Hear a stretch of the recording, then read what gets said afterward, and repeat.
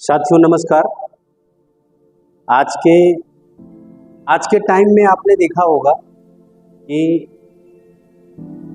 Generally लोग ये नहीं समझ पा रहे हैं कि सैलरी क्या होती है। सैलरी शब्द, सैलरी समझ रहे होंगे। सैलरी को हिंदी में वेतन भी बोलते हैं, पगार भी बोलते हैं। एक्चुअल में सैलरी है क्या? सैलरी वर्ड कहाँ से आया? सैलरी सेल से बना हुआ है। सेल मतलब बिक्री। किसी भी कारपोरेट में सैलरी स्लिप मिलती है, सैलरी मिलती है। हिंदी में तो उसको वेतन बोलते हैं, लेकिन जो सैलरी स्लिप बनती है, सेल शब्द जो है उसका मतलब ही होता है बिक्री करना। यानी ये माना जाता है कि किसी भी कारपोरेट में अगर किसी बंदी को, किसी कर्मचारी को सैलरी मिलती है तो वो कहीं ना कहीं सेल में डायरेक्ट या इनडायरेक्ट शामिल है। यानी अगर आपकी कंपनी में कोई भी ये बोलता है कि हमको सेल नहीं करना है, यानी हम सेल्स में नहीं हैं, यानी मेरा सेल से कोई मतलब नहीं, यानी हमको टास्क और टारगेट नहीं मिलना चाहिए, तो उनको जानकारी के लिए मैं आपको बोल रहा हूं कि आप अपने कंपनी के कर्मचारी को ये बोलिए, जिनको जिनको सैलरी मिलती है वो डायरेक्ट या इनडायरेक्टली सेल में शामिल हैं। आप देखिए कि एक प्यून को भी सैलरी मिलती है, तो प्यून तो कुछ नहीं बेचता है। प्यून पानी पिलाता है, चाय पिलाता है, कॉफी पिलाता है, तो इसका क्या मतलब हुआ? वो तो सेल में शामिल नहीं है, तो इसका क्या मतलब हुआ? उसको जो सैलरी मिल रही है वो क्यों मिल रही है? इनडायरेक्ट वो भी शामिल है, इनडायरेक्टली। यानी जब एक सेल्स मैनेजर किसी भी क्लाइंट या कस्टमर को समझाता है तो उतने समय एक प्यून आता है, प्यून पानी देता है और पूछता है सर कॉफी ले? क्यों?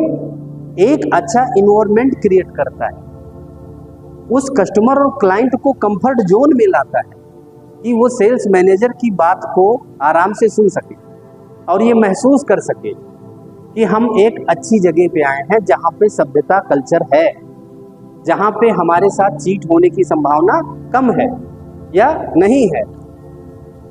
इस प्रकार से उस क्लाइंट और कस्टमर को हम कॉन्फिडेंस में लाते हैं और सेल हो जाती है। इट मीन्स कि उस सेल्स में शामिल होने वाले दो लोग तो हो गए, पहला सेल्स मैनेजर डायरेक्टली और प्यून इनडायरेक्टली।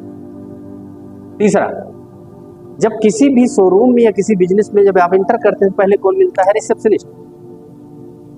एम्प्लॉई लोगों को लगता है कि सेल्स डिवीजन अलग है, एडमिन डिवीजन अलग है, मेरा सेल से कोई मतलब नहीं।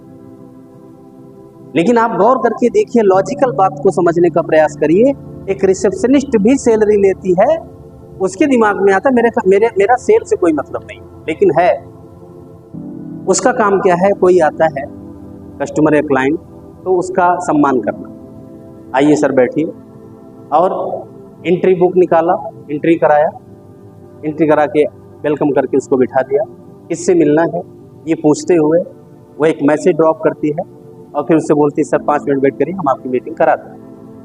यानी एक कल्चर्ड वे में एक अच्छा प्रेजेंटेशन प्रस्तुत करना, जिससे कि एक बहुत बड़ा इम्प्रेशन उस कंपनी के ऊपर बने, उस प्रोडक्ट के ऊपर बने जिसके संबंध में वो विजिट कर रहा है या विजिट करने आया है। तो फाइनली सारे कर्मचारियों को ये समझने का विषय है कि अगर हम सैलरी लेते हैं तो सेल से मतलब है। उनके दिमाग का जो ये वहम है कि हमारा सेल से कोई मतलब नहीं। जनरली जैसे किसी एचआर मैनेजर का सिलेक्शन होता है या रिक्रूटमेंट में जब उसका इंटरव्यू होता है, देन उसके दिमाग में पहले से डेटा है कि मेरा सेल से क्या संबंध है। सेल से रिलेटेड उससे आप सवाल पूछेंगे तो उसको लगता है मेरे से ऐसे सवाल क्यों पूछे जाते हैं। तो ये तो हमने बहुत लॉजिकल बात की कि सैलरी। लेकिन ऐसे भी देखो कि अगर एक एचआर मैनेजर को सेल करना नहीं आता है तो सेल्स मैनेजर के अंदर वो क्या सर्च करेगी? सेल्स मैनेजर के इंटरव्यू में क्या चेक करेगी? कैसे वो जान पाएगी कि इसके अंदर सेल्स करने की टिप्स है, सेल करने का जो भी स्किल्स है वो है कि नहीं? यानी किसी को चेक करने से पहले, जानने से पहले उस सब्जेक्ट की नॉलेज, उस सब्जेक्ट की विशेषता खुद के भी तो अंदर होनी चाहिए। इसका मतलब कहीं ना कहीं पूरा का पूरा बिजनेस, पूरा का पूरा कर्मचारी सेल पे ही आधारित है, डायरेक्ट हो या इनडायरेक्ट। तो सभी को मैं जानकारी देना चाह रहा हूं कि आप थोड़ा सा अपने अंदर जागरूकता डेवलप करिए कि हमारा संबंध सेल से नहीं है। ये इस वहम से बाहर आइए। सैलरी ले रहे हैं तो सेल पे फोकस करिए।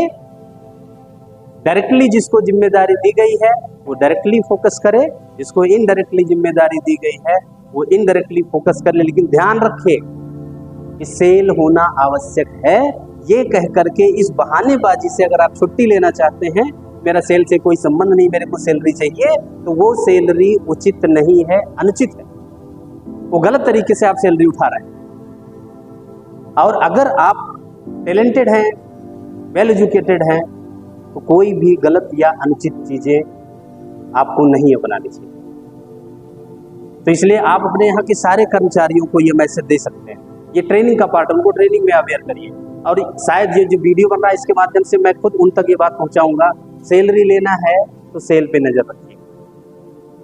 ये आपकी नैतिक जिम्मेदारी। धन्यवाद।